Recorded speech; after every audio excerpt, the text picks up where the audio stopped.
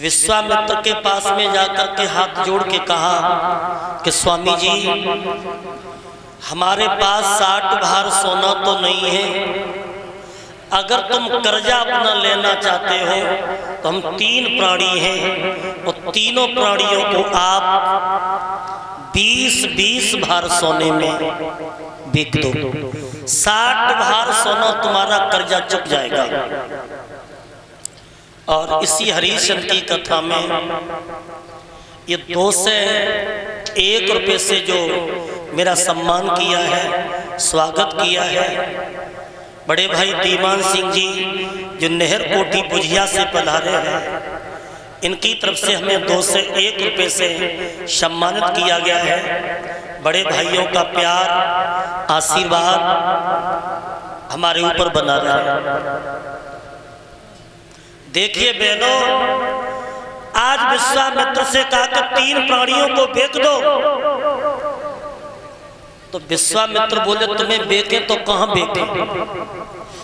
बोले हमें काशी में लेके चलो, जो काशी भोले बाबा के त्रिशूल के ऊपर बसी है। बोले तुम्हें ऐसे कोई नहीं खरीदेगा, क्योंकि राजा हो तो उन्होंने जो राजसी वस्त्र थे वो उतार दिए हैं, और राजसी वस्त्र उतार करके एक फटे पुराने वस्त्र पहन करके तीनों प्राणी चले। और जब तीनों प्राणी चले हैं तो सारी प्रजा खड़ी खड़ी रो रही थी। महाराज ने देखा,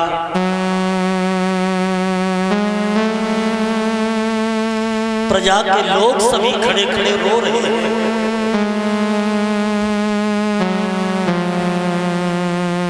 विश्वामित्र से कहा कि स्वामी जी, मैंने अपनी प्रजा को पुत्र के समान पाला था, जब प्रजा मुझे नहीं देखेगी तो कितना कष्ट उठाएगी, मेरी प्रजा को कष्ट मत देना।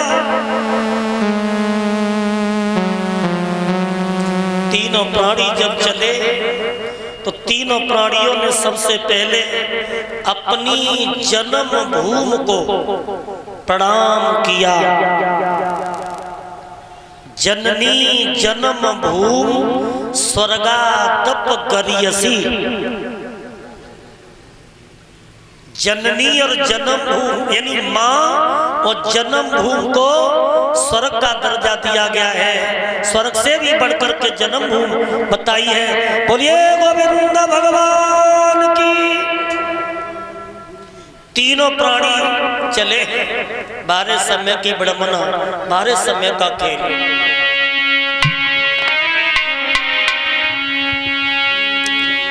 के जाको कोई मात करियो गर्भ भैया, कोई मात करियो गर्भ।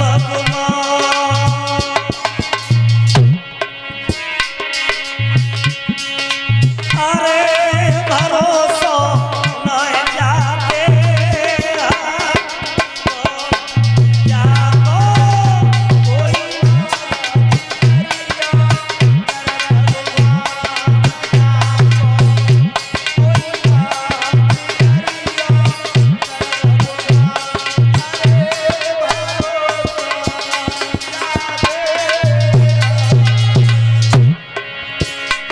कभी धन दौलत का घमंड मत करना। राजा से बन गए भिखारी और समय की बलिहारी। कैची को पवन चले उड़ी जा, जैसे पवन चले उड़ी जा।